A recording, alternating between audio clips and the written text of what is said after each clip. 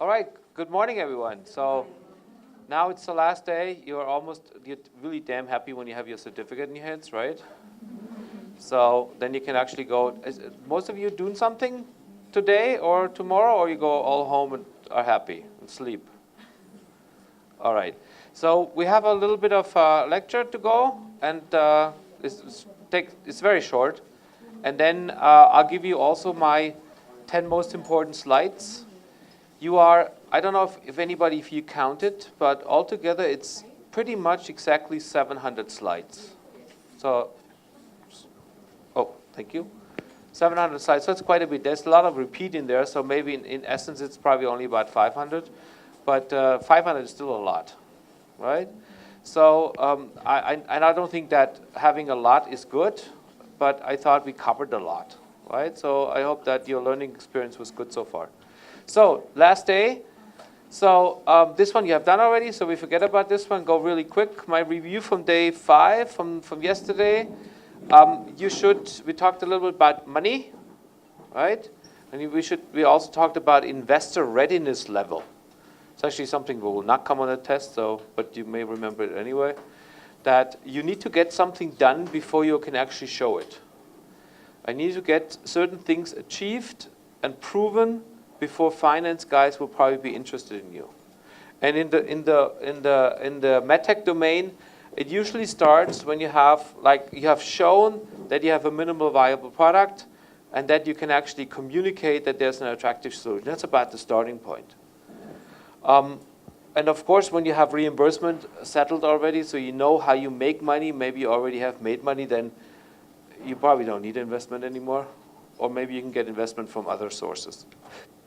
Okay, this is just a general one. I went over that very quickly. I still believe it's very important, but it kind of summarizes what we have done today. So on the bottom part here, this is the biodesign process from Stanford. So identify a problem, right? Then we do an invention, and then we do an implementation. So we can call what we did in the last few days a little bit of an invention. Not complete, but at least we started to invent something. And now the step would be you go back and check all these things. And then you do more and eventually implement it. So the same thing actually is over there. It's actually really the same thing, but it's just maybe with a little more text. So first thing is finding unmet clinical needs. Then you create a concept, and then you do an implementation. And maybe once you have done this, after the implementation, there's something following. Maybe you do a startup.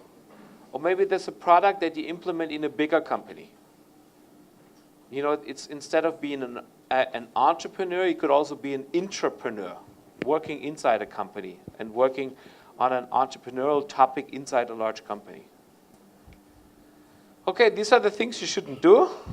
You should avoid when you really start a company or start a process. We have not gone through all of those. I just highlighted some of those, but maybe it's really good for you to really understand all 10 of those. So if you define success as having received some money, funding, that's really not that's not success yet. That's actually a starting point to try to find out on whether you will be successful. If you don't understand the essential techniques of bootstrapping, you remember bootstrapping? You live on a tight budget. Yeah, you have to work, maybe you have to work on a side job to actually afford working on your dream. They don't understand positioning. So how do you actually position yourself in the market? They spend money on unimportant things and run out of cash. Pretty obvious, right? So, focus your money very carefully. And you don't need to be, and I really want to emphasize this very heavily here, you do not need to be an economist. You do not need to be a business guy. You know how much money you have, you know how much money you need, and you subtract it. And if you have nothing left over, you run out of cash. Pretty simple. You can even forward project. How much money do I spend every month, roughly? So whatever money you have, you divide of how much money you need every month, and then you know how many months you can survive. And then you know exactly when you have to start getting new money. So that's not rocket science, right?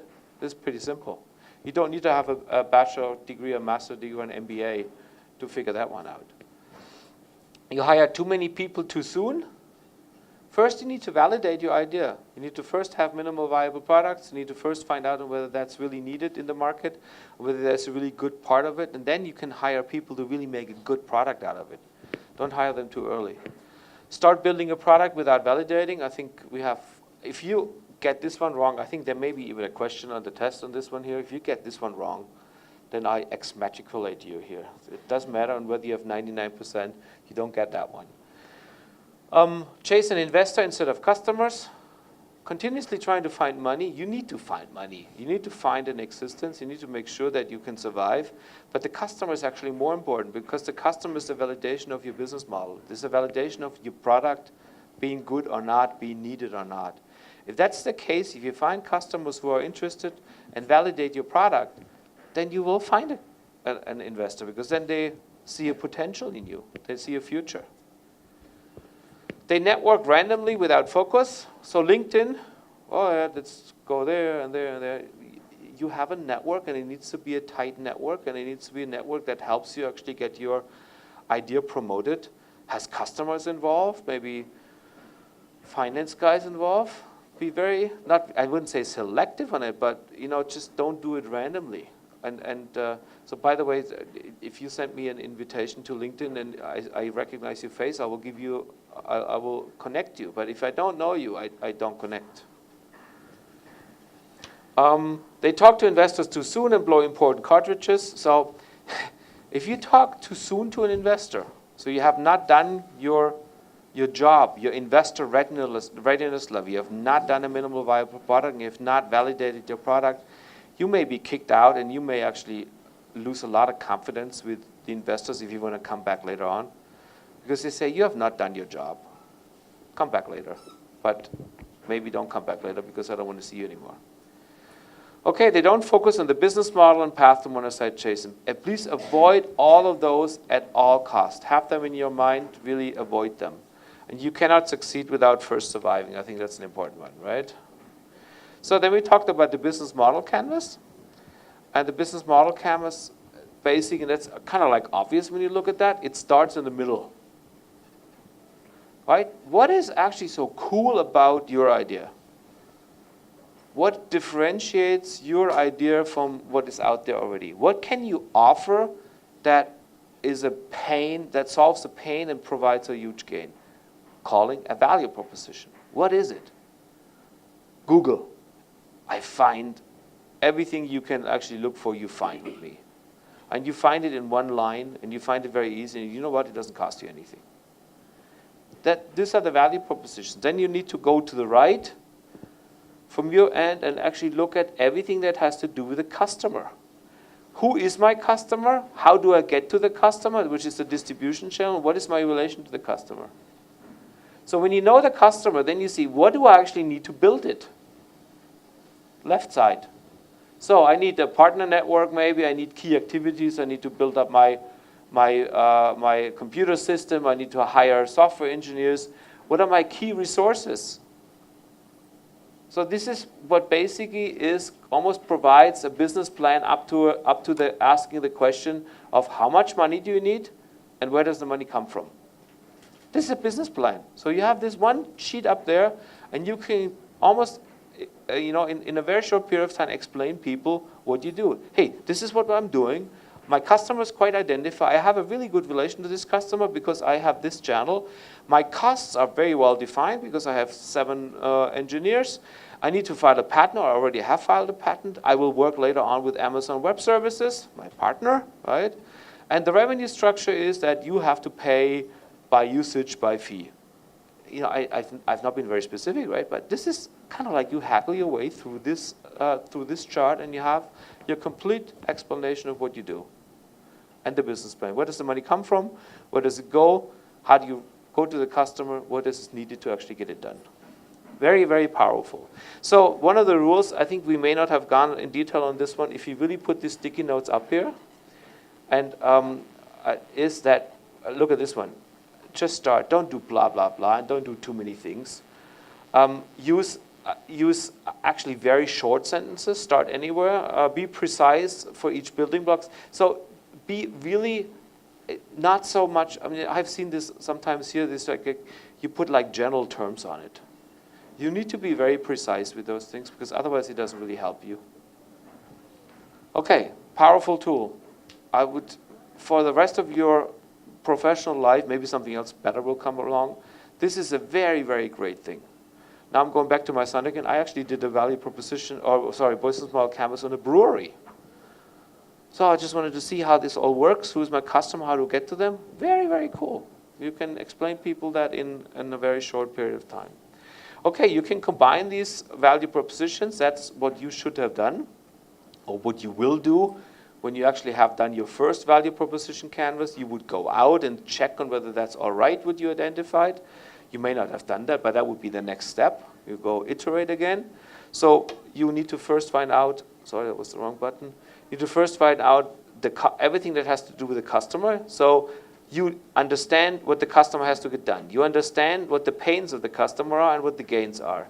And then you actually have an idea of what your value propositions look like, what your product idea looks like, what your service idea looks like, and you see on how much they match. And you also know that there's different customers out there. So if you do one of those, do one per customer.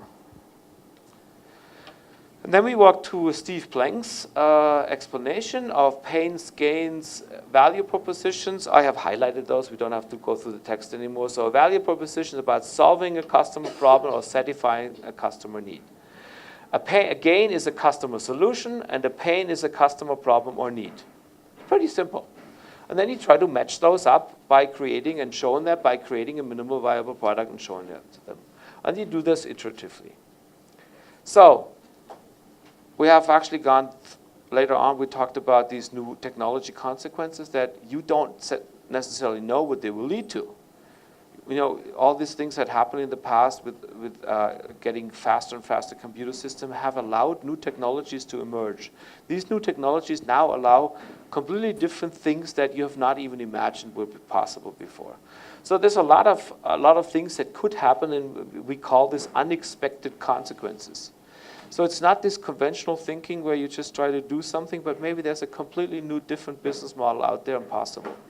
So be visionary, okay? Be somebody who thinks forward and what could happen. Think about the old people. I had a little talk with Abhishek yesterday. He said it's not a problem in India. And I said, yet. So you're still taking care of your older people. That's good to hear, but you know what? I'm sure that will change. I'm sure in 30, 40, 50 years, when you grow up, you will have one kid maybe two at the most. And then the problem starts in India as well. You actually will move around. You will not stay in Bangalore. You will say, oh, there's a good opportunity in Delhi. You move to Delhi. Your parents stay here. So this problem will start. It has to. It will everywhere start. And it's good that you don't have that yet, but you will have it. But think not necessarily about it for what will happen in 30 years, but what is already here as a problem, what is already here maybe in some other countries as a problem. You think about reverse innovation, you could also develop something that you can export to other nations. Okay, I think we have talked many, many times about this, so please follow up on these development ideas and also look at existing technologies that you maybe can simplify. Then we talked about mindset of very successful people. And we try to find out whether these successful people have something in common. And yes, they do have something in common. They have a passion and purpose, etc., etc. Long-term thinking, they're very optimistic, not pessimistic. When they get something, they say, oh, shit, let's do something else. Let's go forward. Because what is it going to do to you if you cry and you're very sad about that things don't work out? It's not going to help you. And then we also looked at the innovation principle, because companies do have innovation principles. People, you have seen my innovation principles, have principles. And maybe write some down and steal them from wherever you can steal them from, as long as you, every once in a while, remember them. Then we talked also about massively transformative purpose, right? So what does that mean? What does it stand for? And something where you think big, you think forward, and you have a goal in life. Something that is uniquely yours, and where you say, I'm going to change the world, basically, or part of it. I have a really big plan, and whatever I do, I work towards this.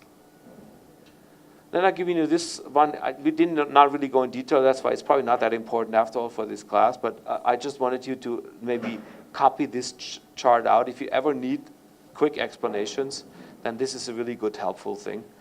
I actually do the exercise every once in a while. I go to my PhD students and says, "What are you doing right now?" And then they start, and then they go very technical. Oh, well, I'll do this, and they'll do a differential equation over here, and then we do a. And I said, I have no idea what you're talking about. What are you doing? Can you tell me in short words, what are you really doing? What is the purpose? What is the goal? And what do you try to achieve with that? So try to be, precise in your things, and maybe rather than talking around a lot in angles and being too complex, be simple, also in your language, in explaining things. Because if people don't understand what you're doing, and people don't understand what you really need help for maybe, or then they can't help you. Okay, then we talked about reverse innovation. All right, so I think I want to cut it short with reverse innovation. It's something basically you have in the healthcare domain pretty much been dependent on whatever you have gotten from the outside world. And said, well, you're India, you must be the same than Germany, so take our stuff. Maybe a little too expensive for you, maybe too complex for you, but take it. Because that's all we have. We're not going to develop anything for you. You have different needs in India. So develop and basically determine your own destiny. And create devices and tools and services that you need foremostly in your own place. You have 1.2 billion people here. And then you can actually prove a point. And I'm sure that a lot of these simple, not complex devices, inexpensive devices will be needed everywhere else in the world. And that's reverse innovation. You innovate for yourself and then you export back to the developed world. Rather than taking things from the developed world that may be still too expensive, still too complex, and really not fulfilling the needs you really have in your place. Okay. Most important goal, we discussed about this, you have to stay alive. Very important. So don't die. It's not going to help anybody. So stay alive, particularly when we talk about this longevity escape velocity, right? So we want to live longer than necessary. The life expectancy was, pretty high already, but I think it wouldn't hurt if it would be a little higher. And the closer you get to that older age, well, if you're fit and happy, you want to live longer. Right? You don't think about this at the moment. I'm quite aware of that. I didn't think about that either when I was your age. Okay? So, quick one on the literature that I can recommend you. Again, it's all uploaded. You can all look at that. I provided you with quite a bit of documentation anywhere, like 16 different documents. Go peruse through them whenever you want. What are the kind of books that I think are cool with respect to what we have discussed here are The Patient Will See You. And then one of my favorite ones, which you have also gotten a mail from, is, where is it? Future of Medicine, Bertolai Mesco. He also wrote another one about digital healthcare. The one that I have not on there yet is the one I mentioned yesterday from Eric Topol, Deep Medicine, which I think is probably a good book. I've not read it, so I would just assume it's good. I've read some books from Topol before who are really good. So these are some of the books that really fit what we have discussed here. These are the books, and you see that they are actually my books. So I just stapled them up and made a picture of it. And these are the ones I read right now, or have just recently read, which also fit very well. I can really recommend the two ones at the bottom. This is actually one I have with me right now. I have only read it half, and I hopefully on the flight back now tonight to Frankfurt, I'll read the rest. And he's also the author of Sapiens. So he's basically discussing what will happen in the 21st century. Very interesting thing, and a little future-oriented, so maybe there's something in there you can use. What I also like is How to Fly a Horse.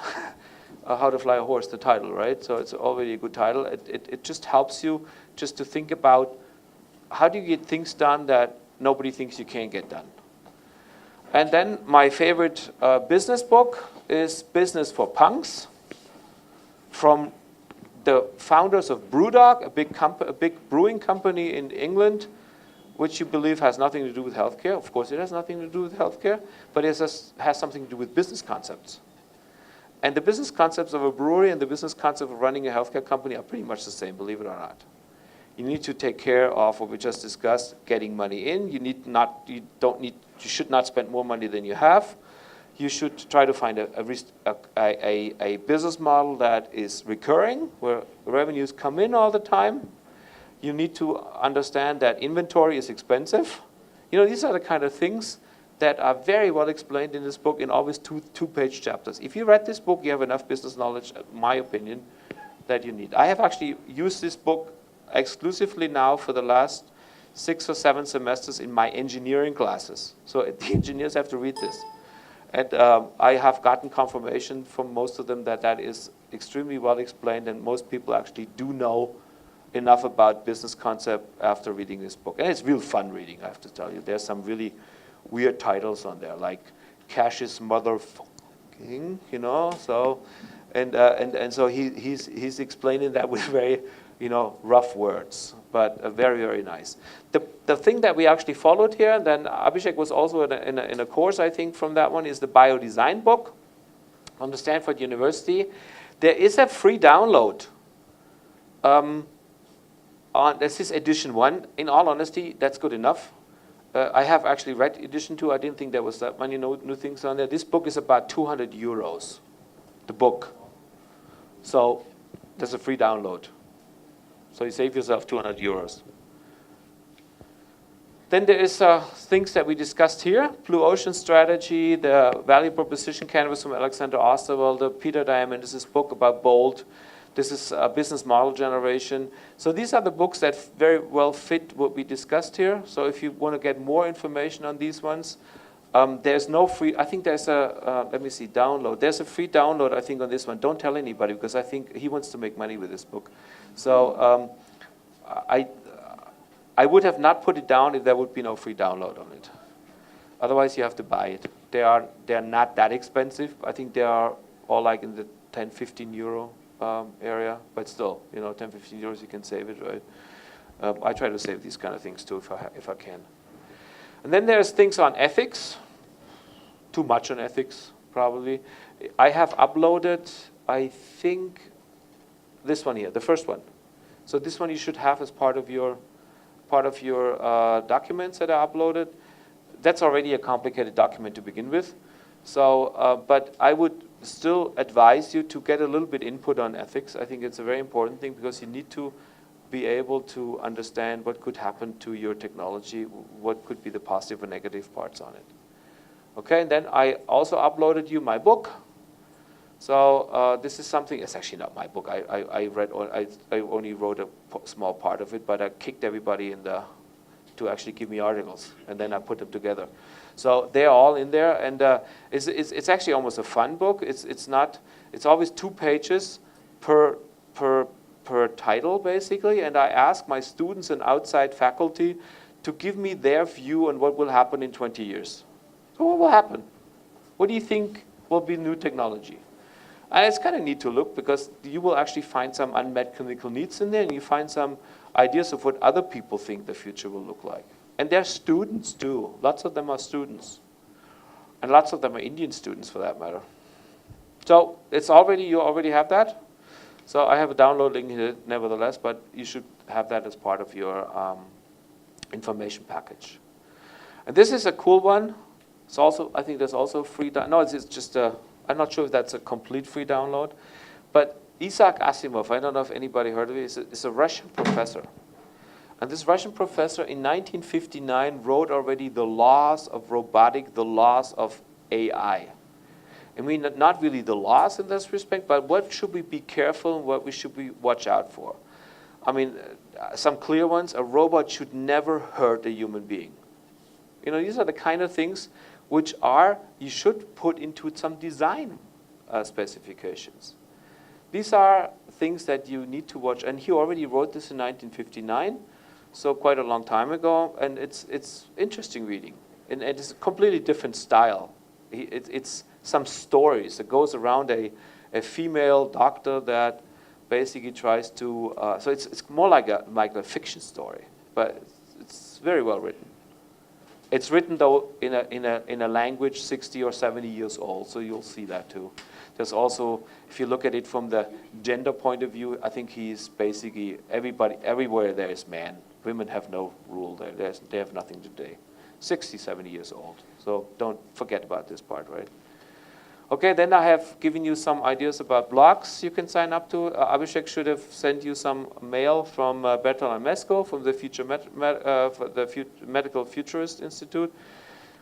It doesn't cost anything, just sign up. You know, he just does a regular blog on this one, and he provides some very interesting links. Same thing with Peter Diamandis, or the other one would be Daniel Graff from the Singularity University, which provide a newsletter about all the things that happen in medicine in the next, have happened in the last month. And so that's also very interesting to see. All right. Almost done. 10 most important slides. And quick run through. Collect it. It was not me. It was not my stomach or anything, right? I had breakfast this morning. All right, how many of you are creative? Everyone. All of us are creative. So please be creative. Go out there. Don't sit in your office, because you don't learn anything in your office. Do something groundbreaking. I know that most of you will not do something groundbreaking, but if you don't want to do something groundbreaking, we'll never do something groundbreaking. I'm not sure that I have done something groundbreaking yet, right? I'm still planning for it. But these are the things you need to at least, where you move yourself forward and say, this is my plan, right? And please be honest and true to yourself, so don't do things that you don't want to do. And this is just an advice I can give you for somebody who has, in my perspective, it comes from a luxury point of view. I have enough money. I don't necessarily have to do anything. I do things that I like, so I'm a little bit I have a luxury problem. But please try to have this luxury problem too. And do things that you really like to do, because if you like to do things, you will be good at it. And if you don't like to do things, you will not be good at it. So just doing a thing because you get more money is not really fulfilling you and will probably not make you live your dream and do some groundbreaking things, okay? So healthcare is very important because of a lot of reasons. We don't go through them in detail anymore. But healthcare is something you can stick around for a long time. There's technology needed, there is concept needed, there's new business proposals needed. 10% of the GDP in the world in average is spent on healthcare, and it probably will be more. But the question is whether we can afford more. I'm sure it will have to go down. We all want to live long, and I believe that the new technologies that are coming out right now will have an exponential effect, because they will develop so fast and will change things so fast around, and healthcare will not be excluded from that. And healthcare at the moment is probably the least digital part in a business segment. If you look at production, there's a lot of digital technology involved already, but not in healthcare, weirdly enough. In healthcare, we're more to like things that we digitize things. We make things that are currently analog, writing things down, we make them digital, but this is not digital healthcare, and it's not really taking advantage of the technology progress that we could have. Okay, invention is nothing. Invention is just an idea. And if you want to be innovative, you actually have to do an invention that actually has a commercial aspect. I'm not saying that you really have to get rich by it, but you have to have somebody who is interested in your stuff. If nobody's interested, it's an invention that will lay around and nobody will ever use it. So, kind of like the same thing, right? Mr. Edison already said that 1903 or 1904. It needs to be commercially applicable. And commercial, just said it last sentence, but I repeat myself again, not meaning that you have to necessarily make money with it, but you have to have somebody who uses that and basically thinks it has a value.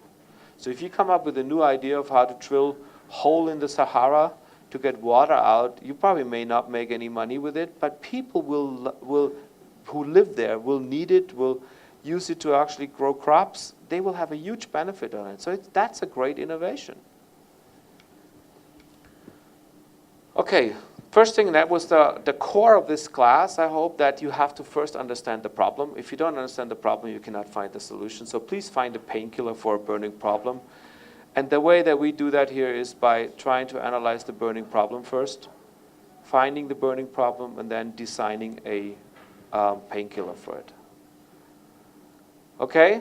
There's not enough thinking put into the why, for who, and how. So please do that.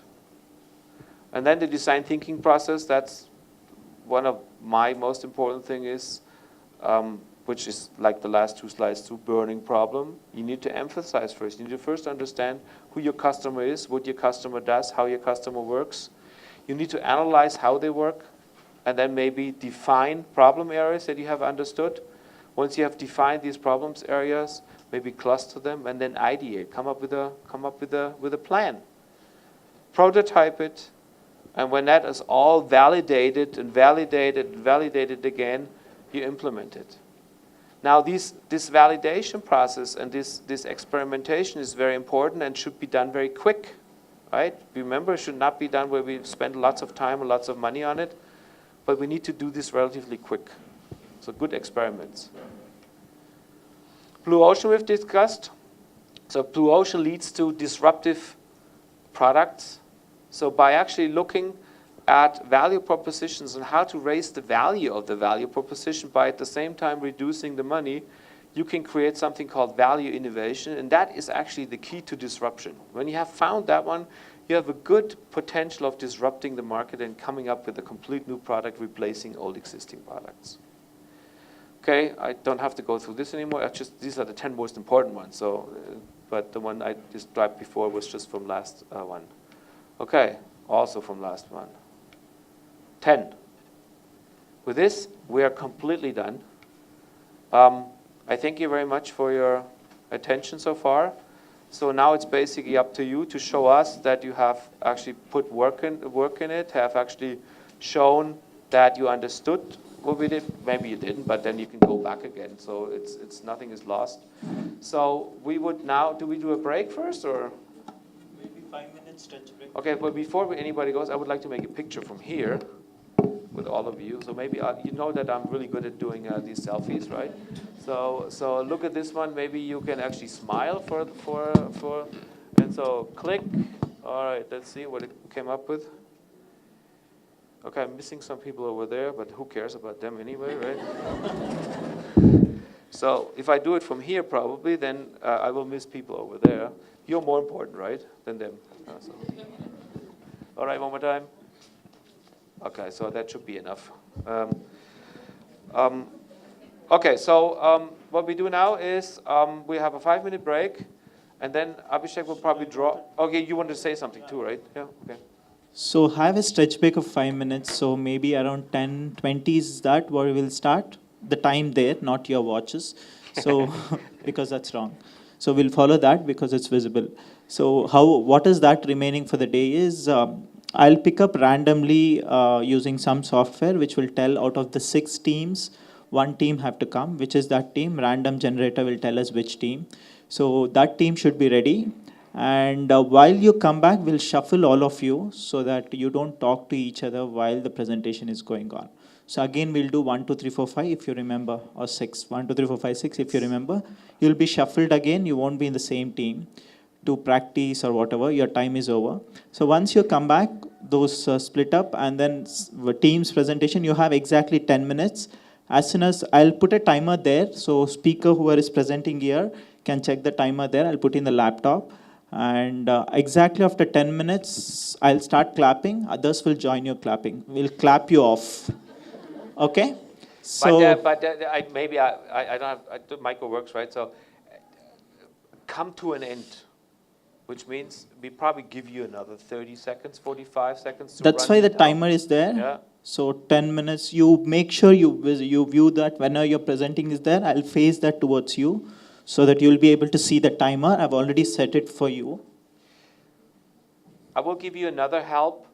I will probably, put up something and showing it's like 2 more minutes. Yeah. Right? So Daniel can help us. Yeah, or Daniel. Yeah.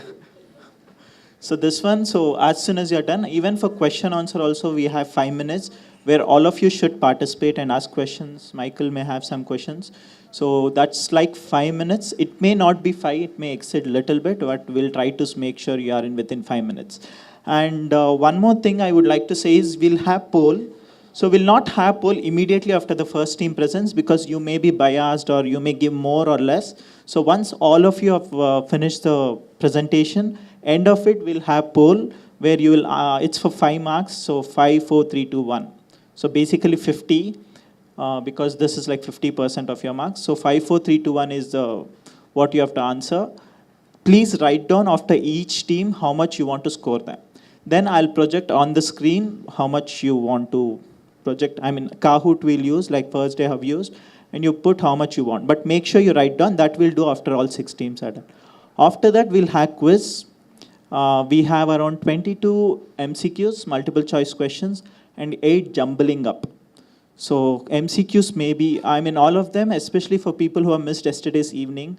So for them, it will be tough. But yesterday evening, including the food, whatever we ate, there is a question on that, which is related to class. It's not related to food. So that after that, we have feedback sessions and then trashing, which means we'll remove our trash, put it in trash, and then go. So we are done with that. So this is the plan. So we'll come back in 5 minutes. Thank you. You talked 3 minutes, so you took the... No, I told only 5 minutes. Oh, yeah. Okay. So based on the way you have submitted is what I've listed. So Team PG submitted first, then Green, Infinity, Pregabud.com, and Purple. Okay. So let's see who will go first. Yeah, but before that, so it's mentally be ready. So please be seated wherever you are. I'll do 1, 2, 3, 4, 5, 6 so that you can shuffle. Okay. 1, 2, 3, 4, 5, 6. 1, 2, 3, 4, 5, 6. 1, 2, 3, 4, 5, 6. 1, 2, 3, 4, 5. And these guys who are roaming, I don't know. 6. 1, 2, 3, 4, 5. 6. 6. 1, 2, 3, 4, 5, 6. Yeah, that's it. So all ones this side, I'll put them in each team also. So 1, 2, 3, 4, 5, 6. Please shuffle. Good morning again. So like she said, we're Team Green.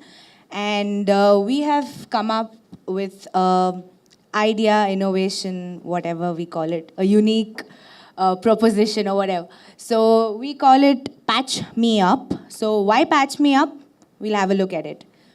So yeah, this is the objective of our device, what we've come up with. So it's a wearable device, which you now get to know why it says Patch Me Up, because it can be patched on your left side or wherever, yeah, because you basically monitor the vital parameters of the lung.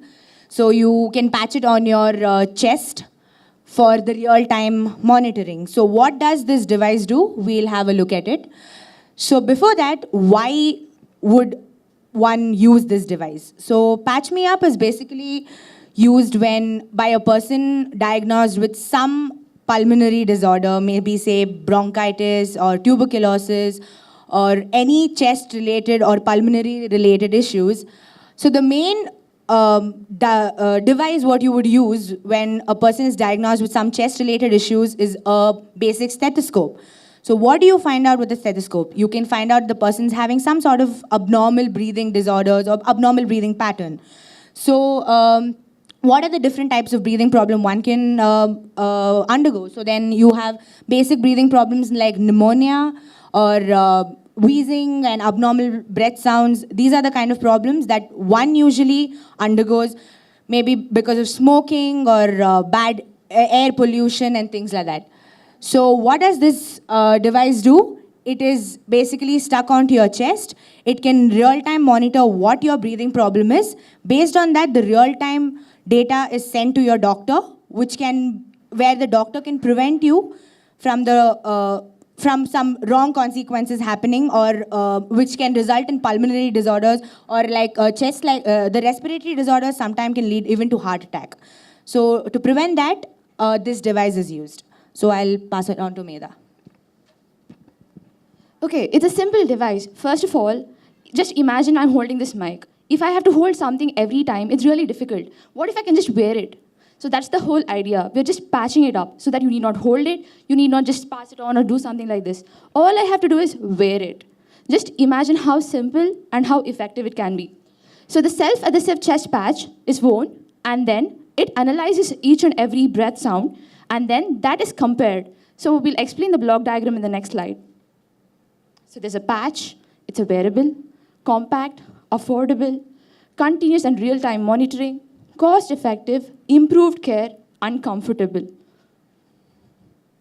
Okay, so there's a sound amplifier, and then the pattern is recognized, and then compared, output, and then we have the cloud storage, output display, and the data is analyzed, and then if the diagnosis is matched, then it'll be the doctor who will be analyzing later on. So the timeline, okay, so 1.5 years. So per product, we're expecting at least $150 profit. I think that's too much to expect, but worth it. 3 years. Okay, so 15% of initial investment, so that's our profit that again we're expecting. And 5 years, 30%. Too much? But trust me, it's worth it. So our long-term goal, initial investment, we are planning $10,000. And then alpha prototype, $5,000. And then beta, $5,000. So we'll be product validating, testing, and it'll be ready for market in 5 years. Yeah. So unique selling proposition. So we have an app, and then it'll reduce allergies. So increased accuracy. Certainly we should work on that. And thank you.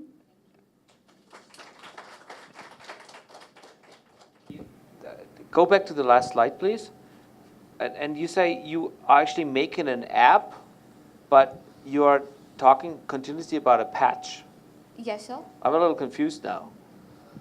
So the app is something that, what's unique about, I think the patch is unique, Yeah, the right? patch is connected. The patch is, you are getting your real-time data, which can be viewed by the doctor on that particular app. So you have the app. It basically works like, in simple languages, you can call it your Fitbit. So your Fitbit, you have an app on your phone, which you can also view it on the Fitbit and on the phone.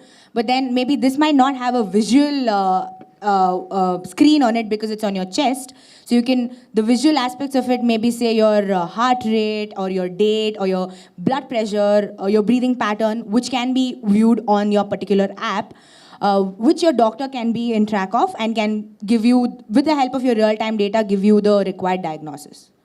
Okay, so one more time. Maybe I asked the group here. So if you have, these are unique selling propositions, do you buy it? Well, it's your friends, right? You can, but what I'm missing is that you really want to propose a monitoring device that you push on. So unique selling proposition is, doesn't take much effort and you get all your data from your body. Isn't that a unique selling proposition? Yes, sir. So I'm missing that. You know, this is your unique selling proposition. It's not having a reduced no allergies caused by the adhesive. I would expect that. I expect that you not having an adhesive that causes any, that would be really bad if you have that, right? Yeah. So that's like something I would say, yeah, needs to be done. Increased accuracy of the device, you don't even know what the device does. We explained it initially, so... Yeah, but that's a unique selling proposition. That's your value proposition you put in the center, right? So this is your starting point. You need to catch customers with that value proposition. Yes.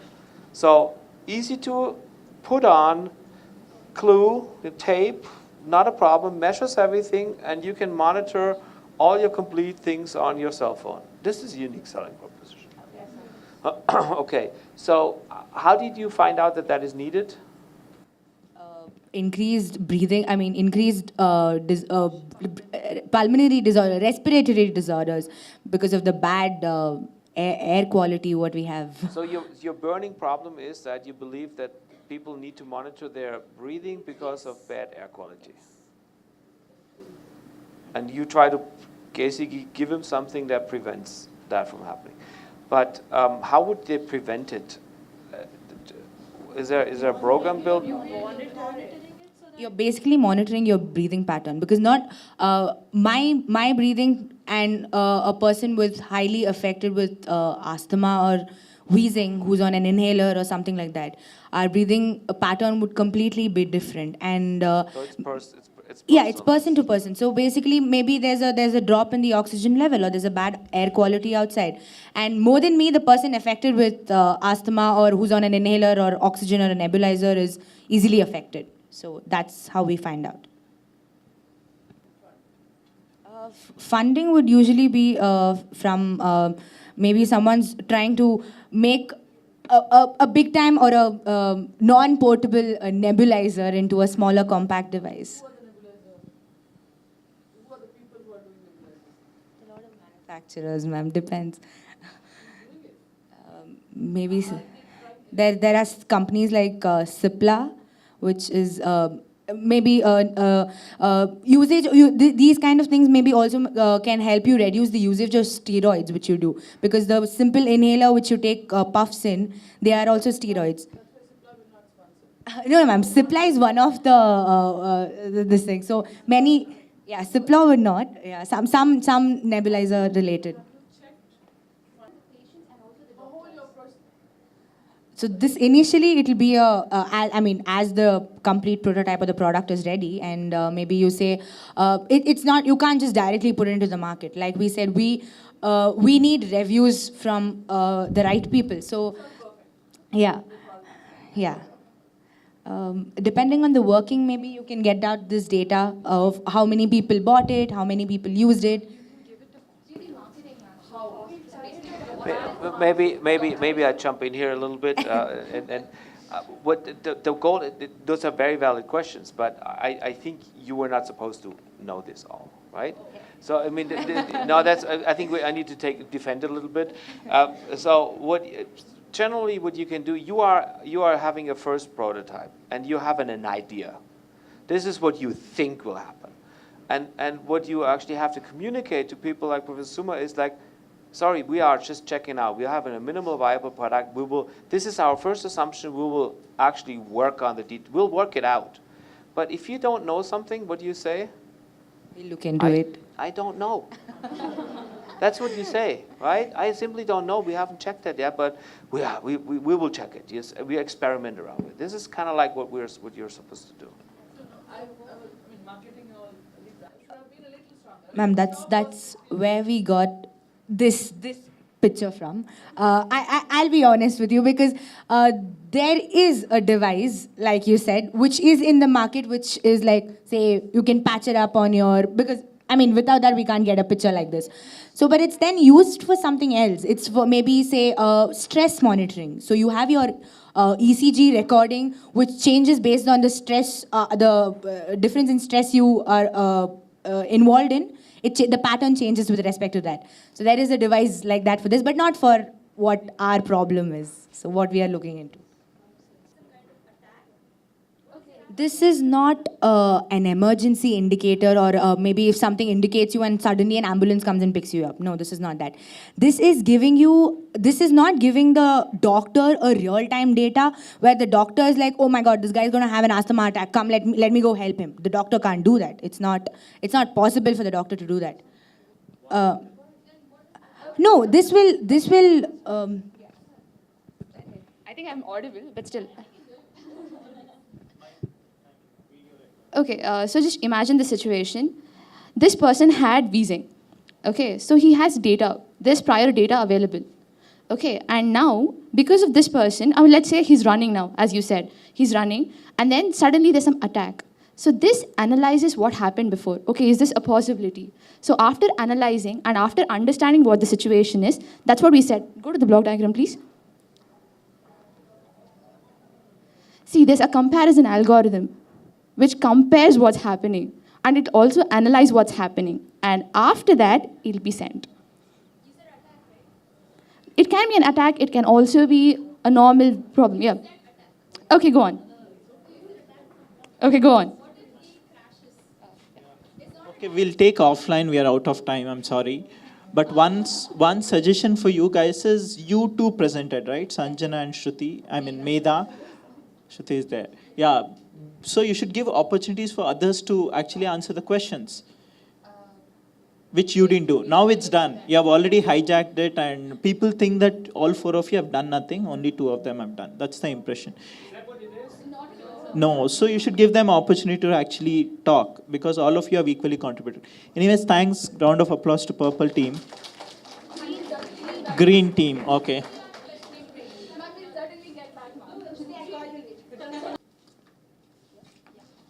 Okay, so good morning, everyone. We're Team Infinity, and our innovation is UPIN, which is a Unique Patient Identification Number. So our main aim is to generate a unique patient identification PIN, which can be accessed anywhere, anytime, and it gives the patient health history. So it'll be unique to each patient, and it could be used in any hospital. It basically mitigates the problem of opening a file at every hospital. And if it's an emergency, you don't have the time to register yourself at that hospital. So basically, if you just present yourself with the PIN, it'll give you a history, and you can just directly walk in. So this is a brief timeline of our project and the way we went about it. So it started with everyone pitched their ideas. We got an unmet clinical need. And the second day, we went with the SWOT analysis. We made a couple of strengths, weaknesses, opportunities, and threats. And we saw what the main points are, and we put it all together. And we basically got a better picture of what our idea is and how we have to go about it and what our process will be. Day 3, it was VPC, as we all know, gain pains, customer jobs. And a little bit more about the Blue Ocean, which is basically VPC. And day 4, it was about IP and patents, which was not really related to our project, a lot about it. And day 5 was finance, business model canvas, which will be explained in the further slides. And the last one was about reverse innovation. In this slide, we're basically talking about what is unique about our idea, or what's new about it. Because many established hospitals already have their own data system, or a system in which they have their data stored and they use it. So why do we have to go and give them a new system for them to use? Because it'll be more tedious to change the system and put in all the new data into it. So basically what we have is our software. We will try at least developing a software better than the existing one, which will be a little bit more, the data will be also centralized. So you could go and access it in any other hospital, which will be a benefit for the patients as well. It'll be a lot of, the second one will be tackling also a lot of data. So along with this entire process, we'll be getting a lot of data to store, which hopefully we can get through the software teams. And the third part was, some may ask, why do you need a UPIN if everyone has their own Aadhaar number? So basically, we're going to make the Aadhaar number your UPIN, but UPIN will be called, we're calling it UPIN because it will only have your patient history and nothing else, because Aadhaar card is linked to a lot of other stuff, and we don't need those details. So it'll be only specific to patient history. And the last one is, it's just a nice to have, which is a biometric system. This won't be very, we can't really have it in PHCs, but hopefully after a few years, we can even keep it in PHCs. So if anyone comes in an emergency and they don't have their UPIN with them, if we can just give them the biometric, if they can give the biometric details, we can just search for their name and get the UPIN. Okay, so this is our value proposition canvas. And these, we all pitched in our own pain gains, customer jobs, everything. And this is just a brief idea about it, or the main points of it. So under product and services, we have a web page and software development of it, and development of an app. So, Okay, so the app comes in picture after a few years, after we make it mandatory in India, and it becomes mandatory for all systems to have it. So after that, we can develop an app which will just be a nice to have, where the patients can get notifications about any checkups or the review backs to the doctor. These are a couple of gains. Like it'll be, you can access it anytime, anywhere. You can you have easy access of it, time saving, centralized data. The pain will be data handling, which hopefully we'll get a good software team which can look into it and they can handle it well. And then even data storage and data storage. For that, we will just get a company which will be based on storage services, and they'll help us basically store the data. So that's about it. Okay, so the two main like parts of our entire journey would be secure software and government approval. So hopefully we are able to do it in a proper manner.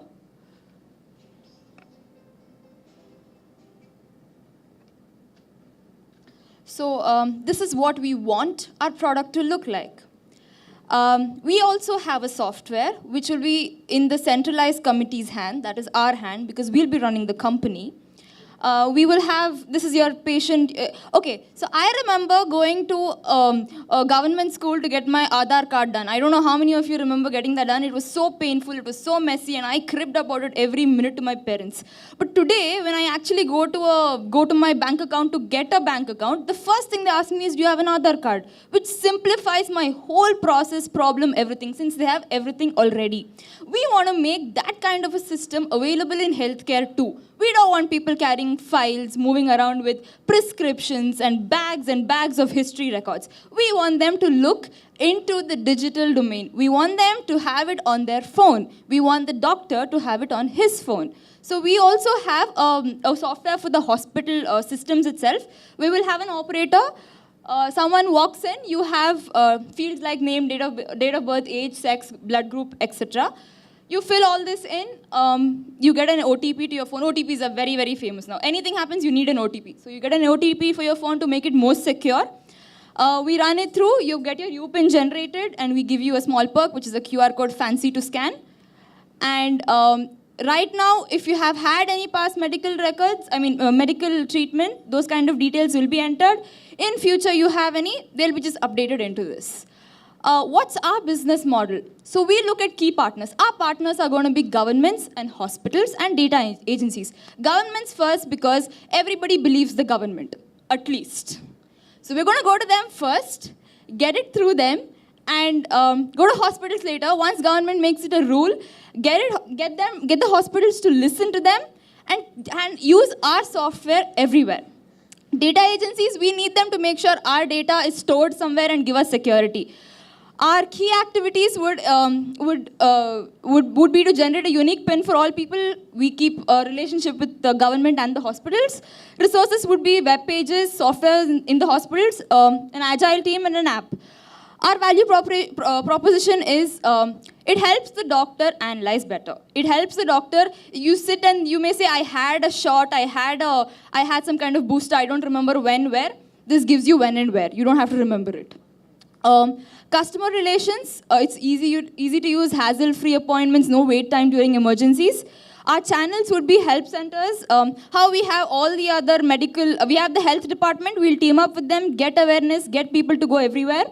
Our customer segments would be government hospital people, software developers, and training team.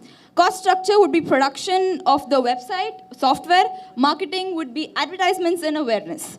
Revenue streams will be the government paying us off for giving them this idea and running it. Hospital maintenance charges.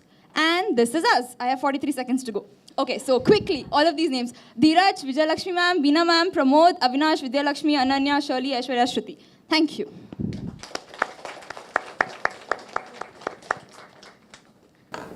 Just an excellent presentation. Thank you. And the only thing that is a negative one is you're a very good speaker, but you're way too fast. Yeah, I was just... And the time should not affect you, because it's not making it better, because people just can't comprehend it anymore, just so as a little side criticism. What I really liked, so I say the things that I really liked was that you used the value proposition canvas and you used also the business model canvas. So it was very well, because now you think the whole thing through. So you see that you thought it through. Yes. And of course that you did a video is cool. Was it a lot of work? No, we actually worked on it before, so I know how it all works. Oh, okay. Because my students, I have no idea how to do this, but my students tell me it's not that much work, so I was always surprised.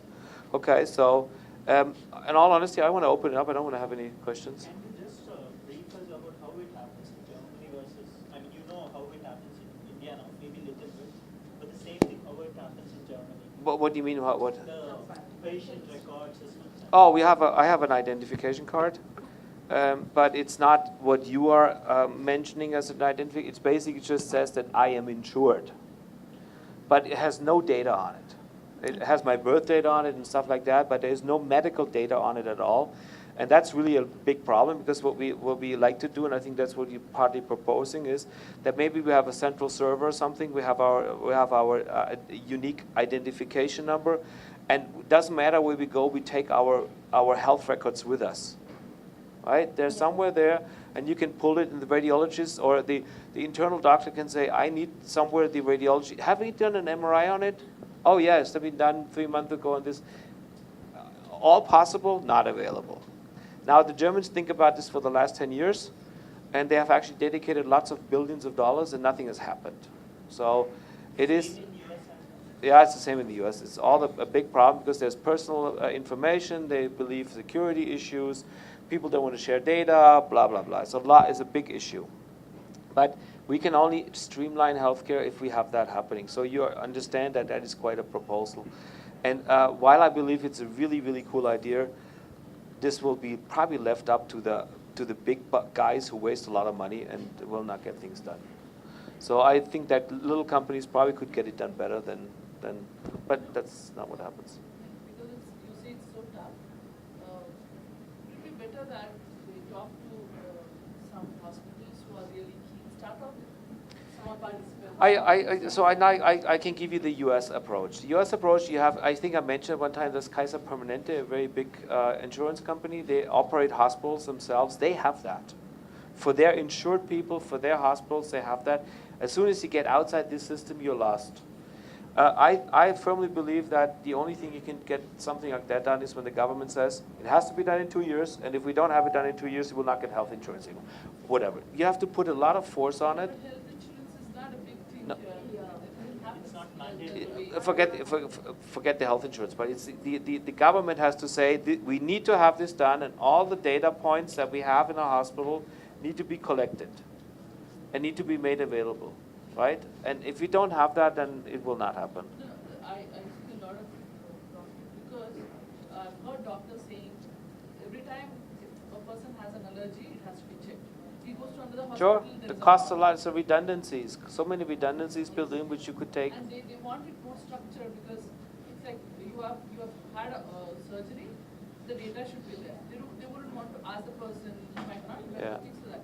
But there was a call where doctors asked for it. Yeah. And so they could start off with a small hospital they really need, check out, do your testing, all of that, and probably then. But then you have to assume that the patient is loyal to the hospital or loyal to that healthcare system, which is also questionable. Yeah, so because people like to change, if they go to a doctor and they don't like the answer of the doctor, they go to another doctor. And Once it's saved with the card, they can go to any doctor. yeah. That's the plus thing again. But- They need not, I mean, I stay here today, next year I'm in Rajasthan. Yeah. I cannot come back to my doctor and say. I think everybody understands that we need to have this, that there's a huge benefit having this, but it's very difficult to implement. Now, the only thing, I just want to get one comment last, because I was really laughing when you said that the government is trustworthy. That was really funny, because that if you believe that in India, that's cool, because I think you may be the only country in the world who believes that. However, I believe, and you're right on this one, that maybe a central server or something that collects all these things, maybe you need to employ blockchains. I believe in blockchains, for example. That could be a very good way, because you have a distributed network. And maybe the government is actually organizing some of that. So I would give you that. So just one last minute. So the government was to pull everybody's attention. The government line was for that. And true, so we can probably use blockchain because it has more data security, and probably then they would trust us more. Yes. So we could use that. Yeah. Questions from audience? Yes, Meda. Yeah. So how do you store it? How will you store it? Yeah, so do you want me to, so can I get the, But do you really think that's an issue? I have it. So there's something called data agencies. we outsource our data to them. We buy their space. We pay them a huge amount of money for their space and security, which is what most of the organizations who handle such huge data are doing right now. We plan to do it too. But then? You have an Aadhaar card? How many of you now have an Aadhaar card here? Show of hands, please. Are you scared of an Aadhaar card? Scared. Then? I'm just saying about the data that's accumulated. For example, in Aadhaar card, it's just the fingerprint, your name, and so security. But then when it comes to medical, you have images, you have MRI images. Let's say we'll have ultrasound everything, which is huge. I'm asking for that. Now you We are cannot in put the them in 21st card. century. We'll look into that. Thanks, man.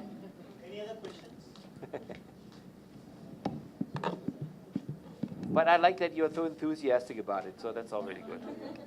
Yeah, thank you. So I have a couple of suggestions. Oh. Privacy is something really issue.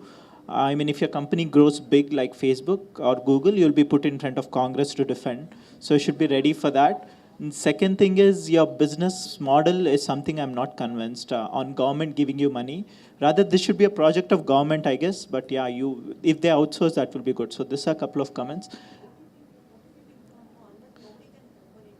No, privacy issues is something really big, like, yeah. Yeah. Okay, then thanks a lot. Round of applause for Team Infinity.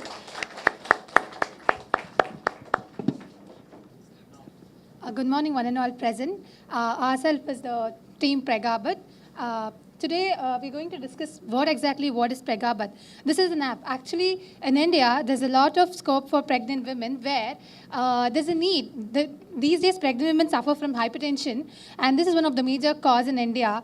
So we thought about how do we avoid this. So this is by, we thought of developing an app for this, where it manages all the stuff. It actually monitors periodic assistance. So, and the pregnant woman will be able to monitor her. She'll be able to monitor it periodically, and this needs to be monitored 4 times a day. And this is the burning problem what we have identified, and the solution we have met is through an app.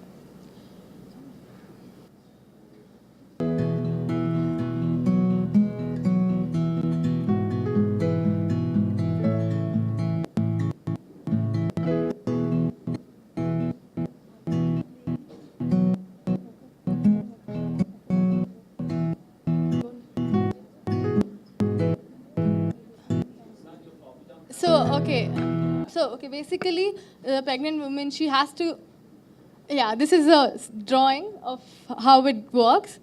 So yeah, there'll be high blood pressure, heart rate, and then everything needs to be checked regularly. But if our app provides the checking, like it has a watch which measures the heart rate, the blood pressure, and everything. So the hypertension can be detected, and then it coordinates with the doctor. So the pregnant woman can connect to the doctor through a video call or something. And the data will be updated in the app itself.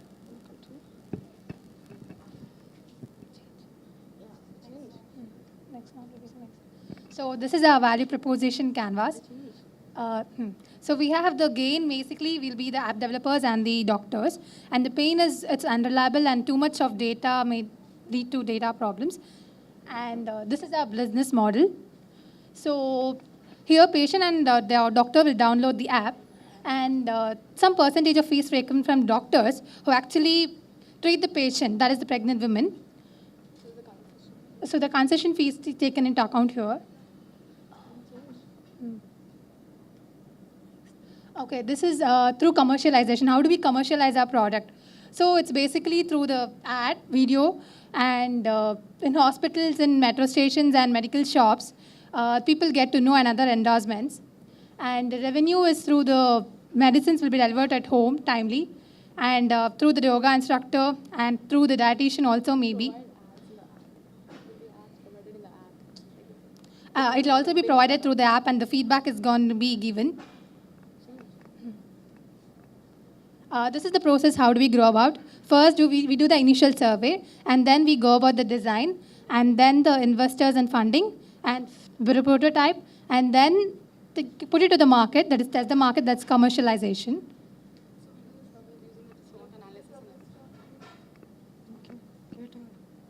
So, okay, the survey, we're going to go out and ask around. We're going to ask the pregnant women, and then we have to do the SWOT analysis about how the app works and what are the negatives and the positive aspects of the apps. And then later, based on that, we'll develop the design and the design idea. And when we present it, we'll present it to the investors, and we get the investors and funding. Then later, we develop the prototype, and then we commercialize. Like she said, how to commercialize and everything.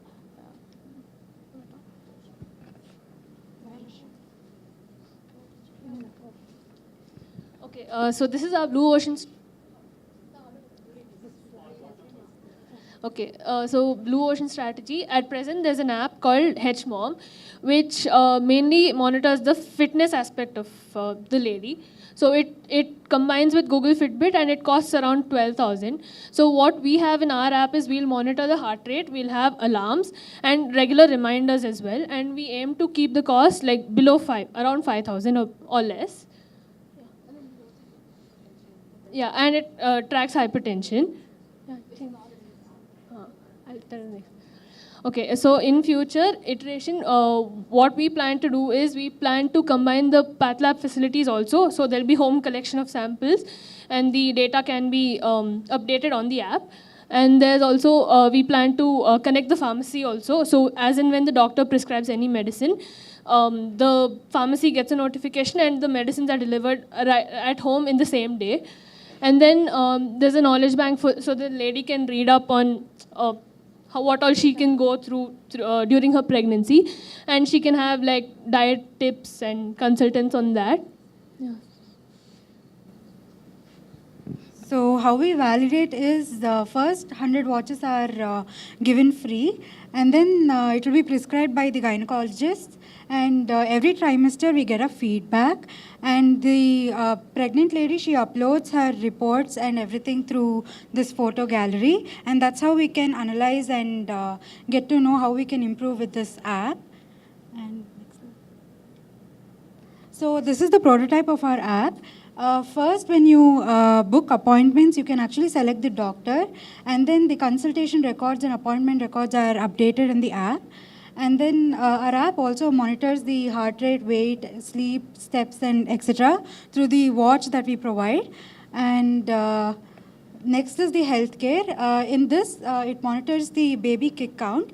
There is a start button and the stop button. When the baby kick starts, she can press the start button, and then when it stops, she'll click the stop button, and it will be monitored, and it will be updated in the app so the doctor can check it and analyze it. And next, it also measures the hypertension. And then there are records, and through these records, the doctor will give the prescription and everything. Yeah. Next. The pregnant lady, she has to update the number of previous pregnancies and deliveries and abortions and other things. Yeah. That's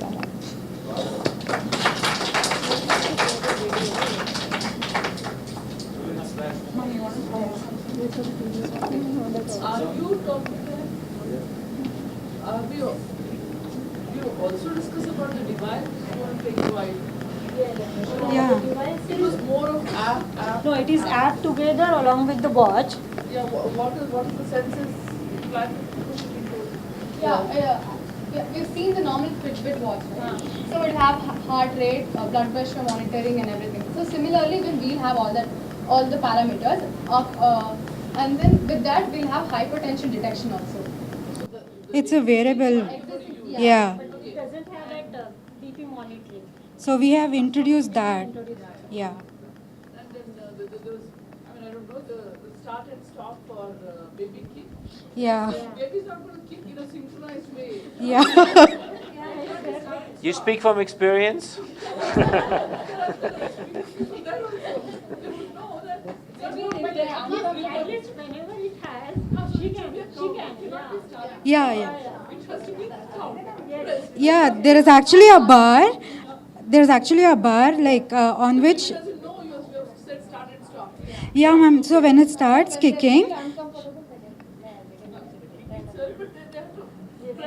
every cow.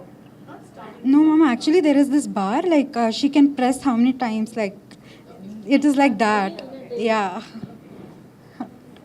You're too hard on them. I think they, you did a very nice presentation put together. I think you needed to coordinate your talks a little bit better, but okay, you had not a lot of time. So I would apologize there, but I think you got across very well in your presentation. The thing that I really missed is that you really, in this minimal viable product. Well, first of all, you went over your value proposition. Well, we need a value proposition.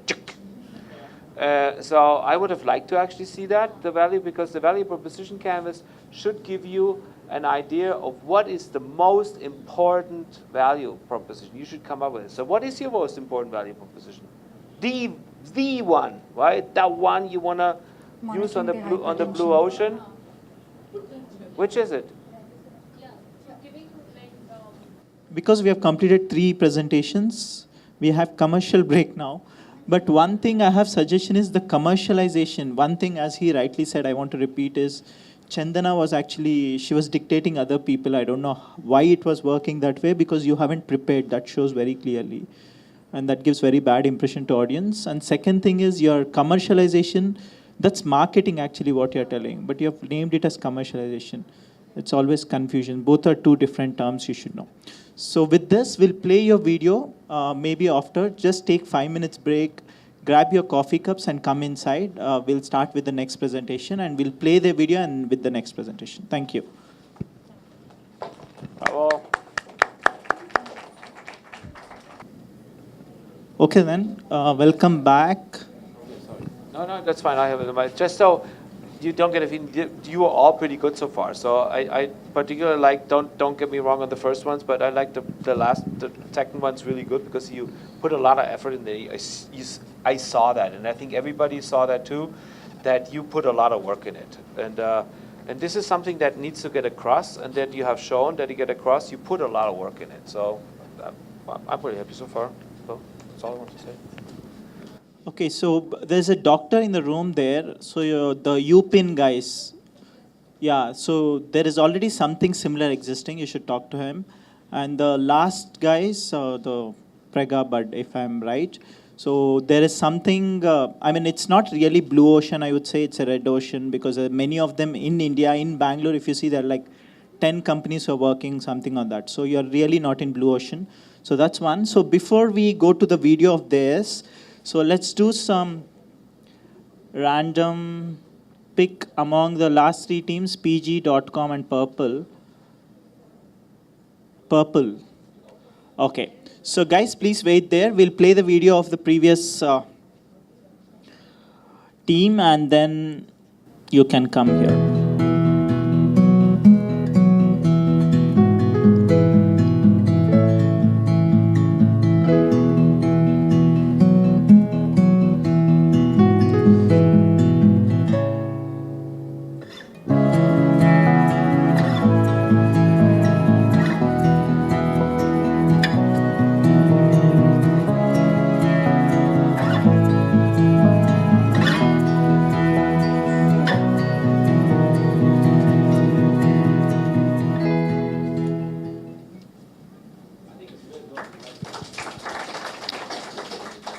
Okay, team. Hitesh, you did, right? Who did the video? Okay. So how much time did it take is what professor says? 2 hours? Few hours.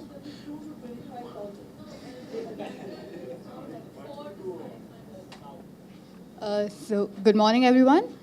We are from the team Purple. We're presenting early detection of Alzheimer's. So these are team members. We have Sumama, we have Manjushri, Kavya, Ramya, Pragna, Sharadi, Ashmita, and Patar sir. So Alzheimer's is basically a neurological disease that is caused due to dying of brain cells, and eventually your brain starts shrinking because there's dying of brain cells. And in India, this is a big problem because around 4 million of people in India suffer from Alzheimer's, and it has the 3rd highest caseload after US and China. And it's predicted that in about 5 to 7 years, the number can rise up to 7.5 million people. And so neurological diseases such as Alzheimer's and dementia, which is a part of dementia, is only detected after the onset, here at least. And the stages of detection is varying. Like some people only realize they have Alzheimer's probably in the later stages of the disease, probably around 3rd or 4th stage. And so our solution is predicting Alzheimer's before the onset. There are Alzheimer's can be hereditary, and so we can use gene mutation recognition techniques and neuroimaging techniques simultaneously along with artificial intelligence to detect, which can't be like really early. So probably if the onset of disease is around 55 years of age, we can probably do it when you're 40 or 45. So I'll hand over it to Ashmita. Yeah, it's okay. Okay, so who buys it? Our main customer is the neurologist. Why? Because, like Sharadi said, early detection. So as of now, Alzheimer's can only be detected once it's already in stage 2 or 3 or 4. So, and by then it's too late to like really find a cure and do something.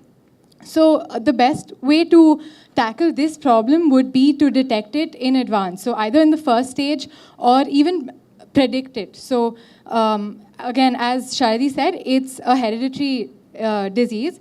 So if your ancestors have Alzheimer's, it's pretty likely that you will also have Alzheimer's. So early detection, and even though there's no cure as of now for Alzheimer's, early detection gives the doctor a lot of time to tell the patient so that the patient can prepare in advance, as we will see. And also time for the doctor to come up with a treatment regime that helps him at least like delay the disease, the onset of the disease.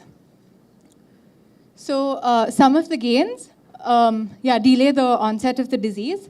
Another very important point is that, so we are looking at analyzing gene mutation and also neuroimaging. So the doctor has a whole bunch, like a large data set that they can analyze and connect the dots and maybe like come up with what patterns usually lead to Alzheimer's. So once they've recognized such patterns, they can come up with solutions to avoid these patterns coming on.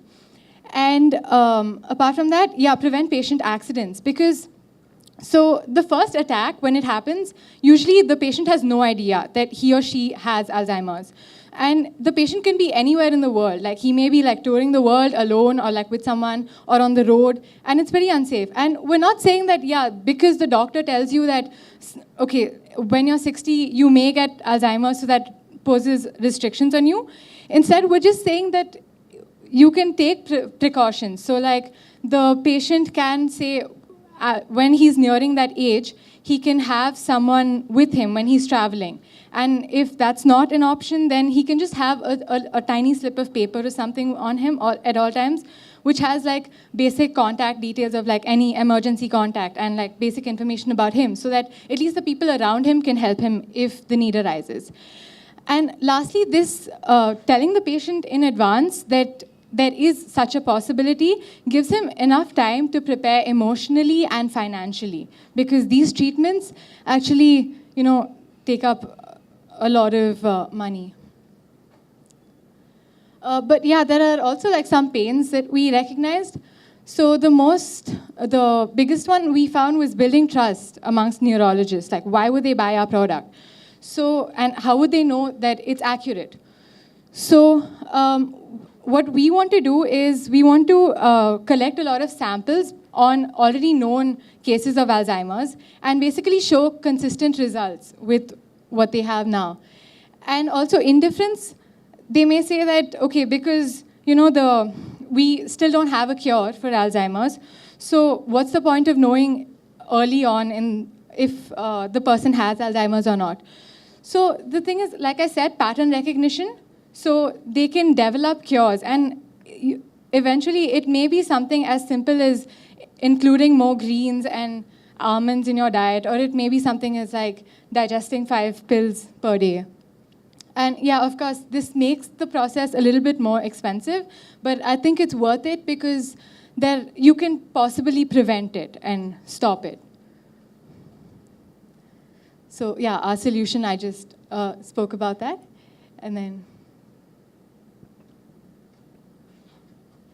long-term goals. So yeah, we hope to produce these goals. So we want like 80% of the first 500 cases to show accurate results. And we also hope that like the first 25 companies that we give our product to, like 50% of them actually retain it because they find it useful and they believe in it just like we do.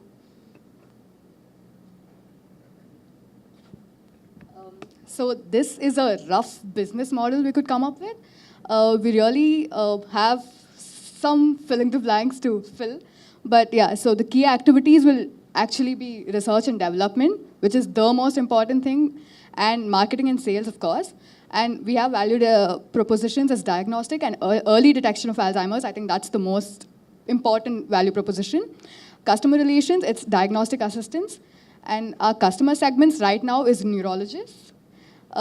Cost structure is AI developers, programmers, and at least in India, gene sequencing is still expensive. So that's probably where we're really lagging and we really need, so that's our cost, something which will be expensive. So yeah. So before we go into the Q&A,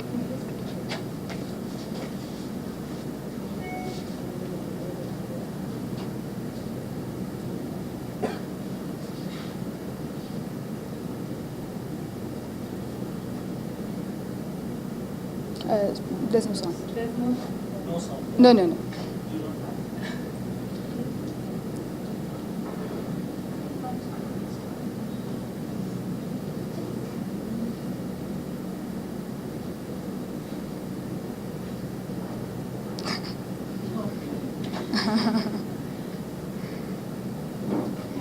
any questions?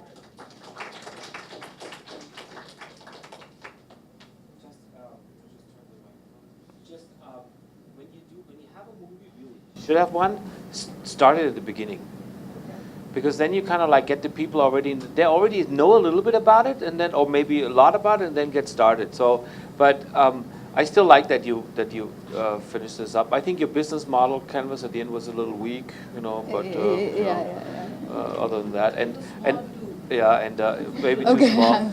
And I obviously always like praise the presentations. I have them on there too, but well, I'm sometimes too lazy to do it. It's too complicated. So I think what you're doing is also, I'm taking away from Professor Suma because she's going to hit on you again and just check.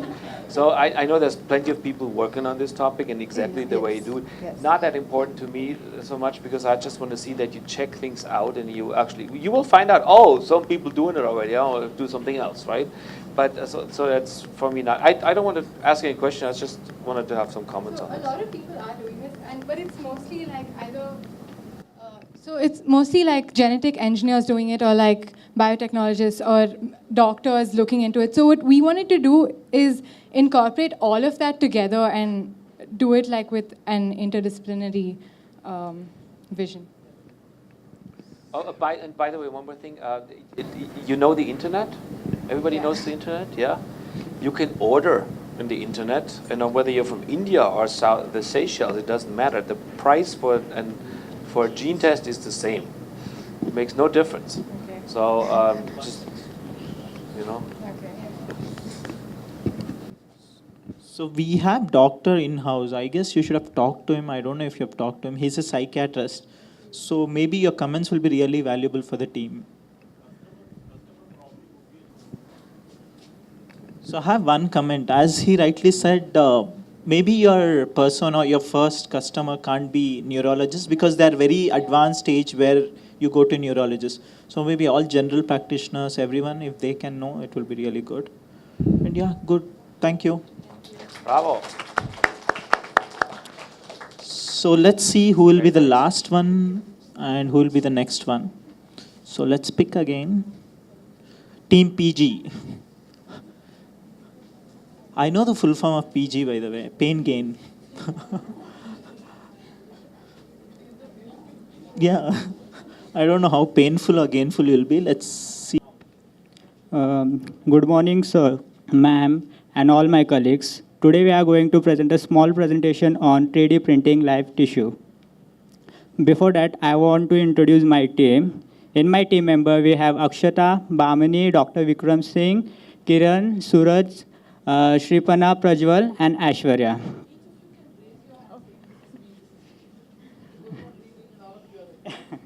Okay. So, why we are building the 3D printing? 3D printing in live tissue. What is the problem behind that? So the problem behind that is the use of the prosthetic limb, unreliable and less functionality. Suppose a patient having a leg limb prosthesis, so it does not have a 6 degree of freedom. That is extension, flexion, abduction, reduction, internal rotation, and external rotation. So which seem to be not acting as a natural leg of a patient or human being. So we can solve that problem by using 3D tissue, 3D printing in living tissue. So what are the pain behind this? As I mentioned before, the limited of functionality of prosthetic limb, which result to the lacking of degree of freedom, which I have mentioned, and then aesthetic factor. What does it mean? So as the leg, the structure of the leg, it will be differ in prosthetic leg, where in 3D printing we might can structure as similar as to leg, as similar as the leg. So improper fitting, use of material, and loss of sensation. As we know the property of prosthetic, so it consists of plastic, so which may result as a thin, it can be bent or mold easily, whereas in 3D printing, it can't be bent easily. Okay, so what are the painkiller to the burning problem? So we are using the stem cell to 3D print in live tissue to build limbs. And stabilization with voluntary action, biomaterial which not easily rupture. So use of the stem cell, we are using scaffolding, which can be used in the 3D print live tissue. So as I told, the property of prosthetic, so biomaterial will not easily rupture. So a prototype is present, which will be introduced by my colleague. Thank you. Okay, so hi. This is just a small animated way of showing how we arrived on the idea and everything. So like who would benefit from such a such a technique would be mainly the veterinarians and the congenital amputees, and anybody who is come across with an accident and have lost their upper or lower limbs. They would really benefit from this technique. And so yeah, they would visit a doctor. And so basically, you take their stem cells, which would be cultured using, with the help of chemicals, which would be placed on a scaffold. And these stem cells would grow into a tissue that is of the desired tissue, depending on where the person needs a replacement. And then it can be replaced to form a structure. So basically, first a software or a 3D scan of the missing limb can be used to generate a software model, which is then printed into a 3D version of the actual limb, or which can be either the upper limb or the lower limb. And yeah, so after the surgery, he can have an extremely normal looking life and, escape from all the social stigma and like feel as normal as possible. And I think everybody deserves that chance. So yeah. So this was our imagination as to how it would look if it ever became successful. So. Okay, so this is a value proposition canvas. So if you start with the gains here, one thing is that it's very versatile. So compared to a prosthetic, it can do a lot more. And this is probably the closest to a human leg that it can get. And it is reliable. Again, same, it can provide more functionality than a prosthetic. Comfort, because it is very specific to the patient, and it will provide better fitting. And it is a faster process, yeah. So we did a little research on this compared to prosthetics.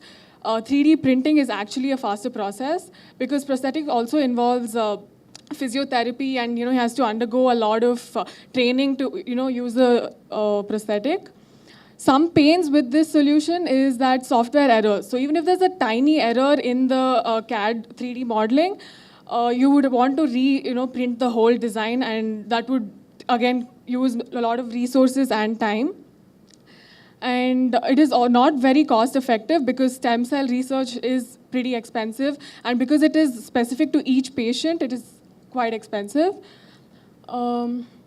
Okay, so the customer job, okay, so to attain these gains, the jobs that we have to do is to hire the right staff. Obviously, because it's a very extensive process, you need to have trained individuals to do this. And constant patient follow-up. So you need to make sure that there's no kind of rejection. Okay, there will be no rejection, but you have to make sure that it's fitting properly. And okay, gain creators. Because it is made for each specific individual, it's a customized product. And faster recovery. So the products and resources that we would need to for this solution is 3D printers, obviously, and bio-ink, that is to grow the stem cells. And one big pain reliever is because you're using the patient's cells itself, there'll be no chances of rejection. Okay, this is kind of like a roadmap on achieving our final goal. So here the patient is our customer. So the things that we have to look into is how to create a 3D model, what kind of software we'll be using for the model, and also the technical aspects of the printer. And there will be some parts like, say, the nerves and stuff, which we cannot print ourselves using the live cell, so that has to be replaced with prosthetics again. So it's kind of like a hybrid solution where a part of it would be the bone and stuff would be like live tissue, maybe the skin might not be. So yeah, our long-term goal would be to, like, maybe in the next 2 years, to successfully implant an entire limb, which is built from the 3D printer.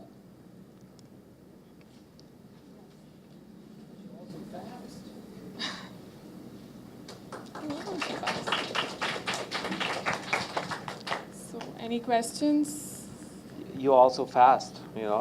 I gave you some comments yesterday already, I think, or at least here. I gave. Do you have any? I mean, I know people who do this, and I'm just coming from a institution in Brisbane which does that, and just so you have an idea, it has nothing to do with these business plans. I just want to give you a reality check. Do you have any idea how much this will cost to actually get done? 20, 30, 40 million. Very, very, very expensive because it's a class 3 product. You have to do all kinds of tests. And I know my friend in Brisbane who's doing that. I think he's on his 150th sheep right now. So he actually took leg part out and then he replaced it with this scaffold, and then basically watched how long it took to regrow. It's a very, very complicated product. I'm not saying that it's wrong that you do. That's all good. It's all good doing that, but it's just very, very. And it would be very cool if it really happens. Questions? And when you know there is still 2 minutes left, go back to the previous slide. You did skip the points. You could have explained those points. Oh, okay. No I hurry to didn't. wind it up. Yeah, I didn't look at the time. Yeah, you should. Split there, you should. And maybe the black one, you see Yeah. the black one you can't see, so Yeah. in the future. Yes, yes, yes. So talk about that. Okay. Do I talk about it? No. Okay. Yeah. So the questions now. So any questions from audience? So is it something you didn't understand or you understood very well? No questions? It's 25 million. Yeah, so there's they're one little question. Biotissue. No, that's really cheap. No, like he meant the prosthetic design of the cells. Oh, okay. We're doing the cells. See, if you 3D print the normal prosthetic limbs, it's actually 100 times cheaper than actually designing prosthetics using the conventional methods. But we are trying to design the actual leg, like the flesh, the bone tissue, and the muscle tissue in it. Like that's our idea.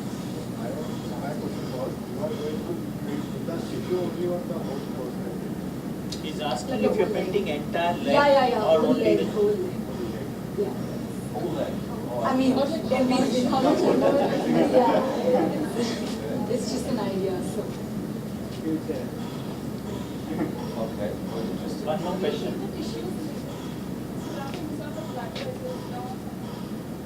Yeah, the research is still going on. Like, people haven't found a way to incorporate the blood vessels, but they do.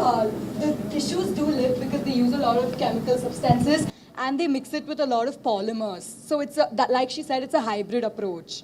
Like, it's not completely. How many biocompatible is that? Ma'am, It's the own, like it's their own flesh, so it will be biocompatible. It will be compatible. Yeah, well, what you normally do is you have a scaffold and you put on that scaffold, which is biocompatible, put actually your own cells on it and you grow the cells on it. And that actually works quite well. The biocompatible device will then at some point in time be eaten up and it will be gone.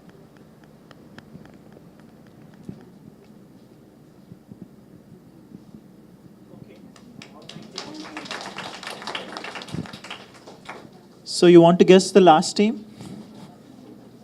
Last team on the stage, last but not least. Dotty, you have .cam, you also have video, right? And your names have gone out. Hello, everybody. The name of our project is .cam, and in our team we have myself, Ananya, Amala, Suman, Meghana, Santosh, and Nisarga. So before we start explaining what our project is, we would like to play an animation about how we came up with the idea, the story behind our idea, and I hope it speaks for itself.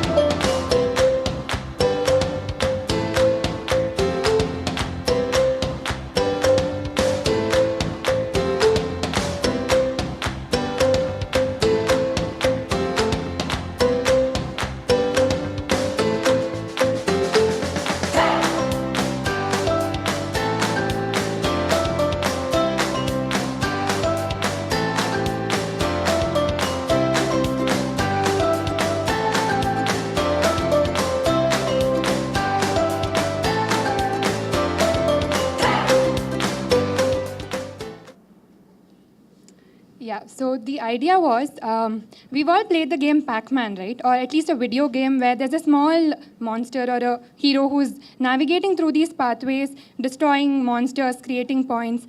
So we actually thought, what if we create a small camera in the size of a dot, which we can, put through our blood vessels, which can actually navigate through the path and detect an accurate blockage or clot.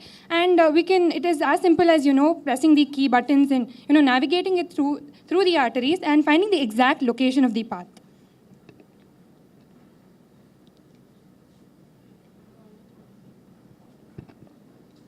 So our burning problem here is mainly surgery. Every time a doctor goes into surgery, there is a risk of tissues being friable, like very sensitive tissues, which he would prefer not to operate on. That's one. And secondly, to detect blockages, like she said, if you can find out prior on where exactly you need to operate, it saves that much more time. Instead of figuring it out, having probably like a live camera, if you can do it prior to the surgery, it's much more beneficial to the patient and the doctor. Our formatting is a bit skewed, so I'm just going to explain. Our two major customers will be the cardiologist and the patient. For the cardiologist, again, like I said, the advantages would be a better visualization of the internal, which what we're doing is primarily the heart. So we're aiming just cardiologists right now. We would like to develop it further for, the entire internal body structure. The errors that could come from here would be operational errors in case the doctor needs to be trained in using this. So if there are chances he could, make a mistake, like he doesn't operate it well. And for the patient, again, it's early detection of the disease or like whatever problem he has. And also, the main advantage with this is we're using an inert biocompatible device, and there will be no allergic reactions because we're not using any toxic chemicals. And again, there's no radiation hazards as you would have in any kind of scan. The risks here would be we're using a fiber probe attached to the camera for navigation, as she will explain. It's similar to a catheter. So this fiber there are chances it can get entangled, or there are chances it can get cut, and while it is in the patient's body.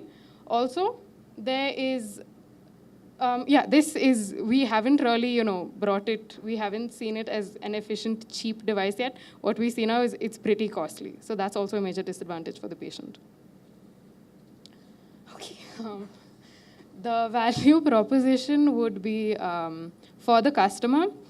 The customer job is that when we've developed the value proposition canvas solely for the cardiologist, and the customer job is open heart surgery, and the gain, right?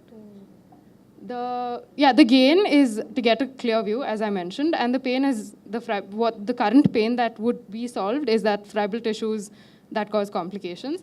And gain creator is that, again, this device is clean and efficient, saves that much more time, and it's all around just better. And the risk factor due to tissue damage can be controlled. Also, our products that we can get further developed from this is a VR camera. So it's not a must-have, it's a nice-to-have. So the doctor can, if he has VR glasses, he can attach it to the camera, and probably it's like being inside the body and seeing, because he's seeing the same thing the camera does. So everything in the path of the camera, he can view it as if he's inside the person's body. Our marketing strategy is promoting our device in medical blogs, exhibiting them in medical devices, expos, and on-site demos, preferably clinical trials. Also, what we thought for funding is no government will be willing to invest in this, and crowdfunding is also out of the question. So the 3 Fs. And also, we thought this device in industries. So industries having heavy machinery, like really sophisticated heavy machinery, and if our device could be useful there. So detecting faults in their devices. So we were hoping to approach them and get their funding. So So why our product? Firstly, it's biocompatible, so there's no chance of allergies or reactions because we are not using any sort of chemicals. It's a fully biocompatible device. And it's time-saving. So for example, there's a last-minute detection of there's some clot in the body. You can't afford to, have a complete angiogram and where is it? Is it on the right or on the left? So you can have a proper, exact visualization of the site of the clot. And accurate decision, where exactly the clot is and what is the rate of, what is the extent of it. And finally, it's a real-time monitoring system, so the doctor can simultaneously, see it for himself that what exactly is going on with the visual aids additionally. And it's non-hazardous, there's no chemicals or there's no adverse reactions coming. So, yeah. Our long-term goal will be we want 30% of hospitals in Bangalore using our device and about 1,000 patients reporting that it was a success with them. And about 70% being no reports of any reactions or any damage in the system. Thank you. With regards to any device that's presently there, I think Georgia Tech, as far as we know, Georgia Tech is developing a camera. It's, I think, 2 mm in size. And what that can do is, right now, it can detect blockages and tumors, I think. And what we wanted, and they give 3D images. So we want to do a live recording in addition to that, a live recording of what's going on. And yeah, so that's what's up. Very good. Questions? Anyone? So I'm really sad that my son has nothing to do. You all finished 2 minutes before, right? He made this nice little thing here and wanted to hold it up, and you are all finished before. I mean, so anyway, Johnny, you can throw it away. It's the last one. I like it also very cool because it's a little bit visionary. I know actually more than one company or more than one researcher who works on it. We have actually created at some point in time an endoscope, an intravascular endoscope. The real problem is, I'm just telling you that quickly, blood is not visible. So if you have a normal camera, you can't really, you're not seeing anything. It's red or it's dark. And so what you need to do is, and that's what we have done, we have a little flush. So we actually flush the blood away, and then you can quickly do an image on it. But maybe you do it differently, and it's not, you maybe do an infrared part, or maybe you have a different type, but a normal camera would not work in the blood. Doesn't matter. Just as a little side attack. And in general, I'm very happy. Obviously, you had some problems with the format, but I wouldn't put that negative on you. Okay, so Abhishek, questions?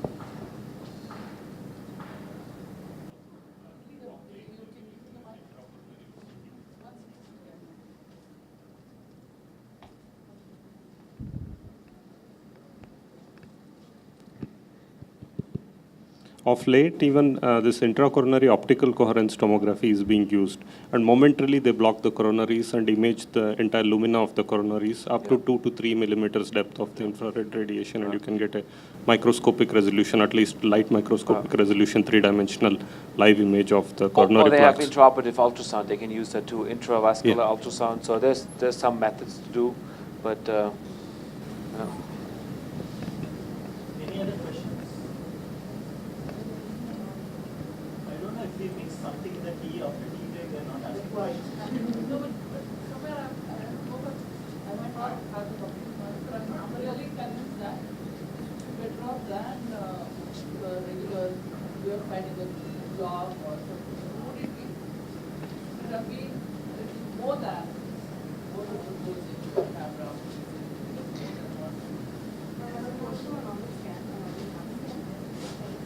And you show the job, right? Actually, this isn't to replace anti-fragile. This is just a surgery plan. I think it was away, but this isn't replacing anti-fragile. What do you mean surgery plan? Because there are some private tissues that once you cut open the house, then you realize you cannot suture it back. Those tissues are damaged and you can't suture it back. So if the surgeon knows beforehand that this, like so these tissues are damaged, and if he avoids cutting those parts, then it will be a less risky surgery. That's what we always focus on. Basically, for surgery planning and not the last thing that I've heard about is that the surgeons would want the 3D printed heart and would want the complete details. They would slice it and to get completely the thing of the actual data, actual patient data, and then they'll decide to plan the surgery. Yeah. I don't know, probably that would take longer and yours is fast. I think there's a lot of things where you can use this. There is, for example, if you do graft replacements, you actually try to do venous grafts. You don't really know exactly which part to take. You do it from the outside, but the vein looks different from the outside than from the inside. You may be able to use quality. Maybe that's what Professor Zoom was saying. You can actually combine this with measuring maybe you even want to measure the blood minerals, the content, maybe the anesthesia, maybe all kinds of other things.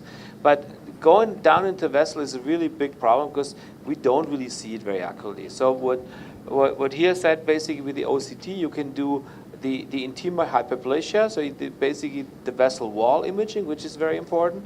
So I think there is some need for it, but it's also a complex thing. But I think we'll have to see, But there's no real question. Yeah. Bravo.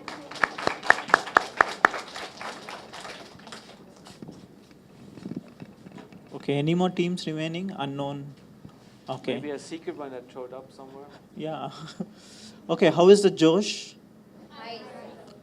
I heard little louder the first day. So is it increased, decreased? How is the Josh? Okay, thank you. So, hi. Okay, so the next thing what we'll be doing now is voting to your teammates. So as and when I present the team, so we'll go in the order of presentation. Bravo. So I'll give you 2 minutes of time to actually write down out of 5, 5 being the maximum, 1 being the least, don't give one to anyone because I don't have options. All of you have done minimum, wonderful job. Congratulations again. So there's, don't give one to anyone. So that's because I don't have option to project one. So give anywhere between 5 to 2. So 5 being maximum, 2 being least to all the 6 teams. Shall we review the teams again? Yeah, I'll project the team names. Yeah.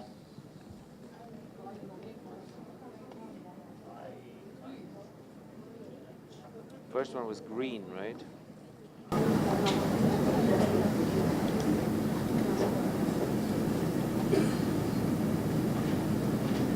Okay. Project names I don't have. Green was one. First.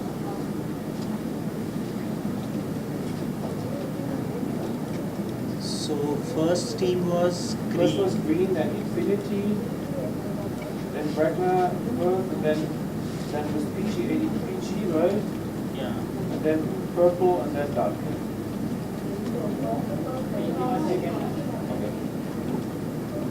Is this right? The other one. This peachy is 5, and the purple is. So, shall we go through that again? So just as a quick one. So, is your mic on? So that's green, right? Team green, give some word. What is green? Then we had Infinity was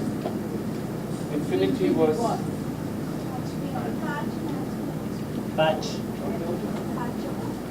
That was the patch, right? Okay. What is next one? Pregabird.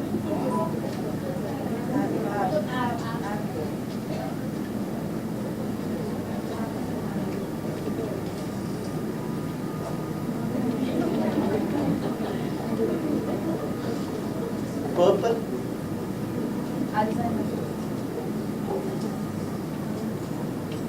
PG. Pain gain.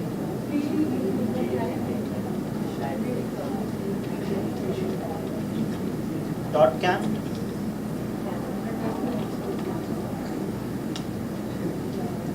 So just write down, I'll open the phone so that you can hold. So 5 to 4, 5 being maximum and 2 being minimum.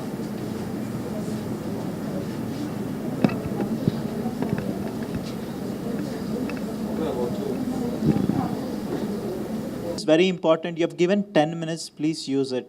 10 minutes is very less. Yeah, 7 minutes is usually your investor pitch, but you're given 10 minutes, little leverage. So please use all 10 minutes next time. And one more thing is, I told the first team that whoever talks, the others can answer, but last team also did the same thing. Whoever talks, answered. So irrespective of first or last team, all of you were, not engaged enough to talk. To talk to audience. Last few comments about the entire presentations. I think it was actually very good. I liked it, but it's great. It was very large teams, so that's always a problem to have more involved. Just as an investor pitch, I have to tell you, investor pitches are typically 3 minutes these days. So you have very little time, which means you have to really compress down to your elevator pitches. I'm really sad to see that nobody used the elevator pitch. I think one maybe used it, but everybody else not used an elevator pitch, which I think is a very valuable tool because you can, with the elevator pitch, you can show or you can display and explain everything in a very, very short period of time. People, in 10 minutes, if you have to listen to 6, and you probably remember the 6th one did not get any questions anymore, you're kind of like, oh, gosh, it's over. And think about the investor who has to listen to 20 or 30 of these presentations. That's why they limit it to 3 minutes, and people are really cool in 3 minutes of what they can get through. And you also saw, I think that's something you probably have realized, the ones who did not use a little movie or a cartoon, you lost out on something. You see that is a very powerful tool. It engages people. It gets you to, oh, that's kind of cool, and you have a much better positive impression about something like the content. Maybe not so good, but at least you like watching it. You like to be, part of it. But other than that, I'm pretty happy. So I thought it was pretty good. So I don't want to be that negative. So. Yeah, okay. Okay. Hopefully you're not going to be as negative when you rate this course here anyway, right? So that's, I'm sliming up to you now.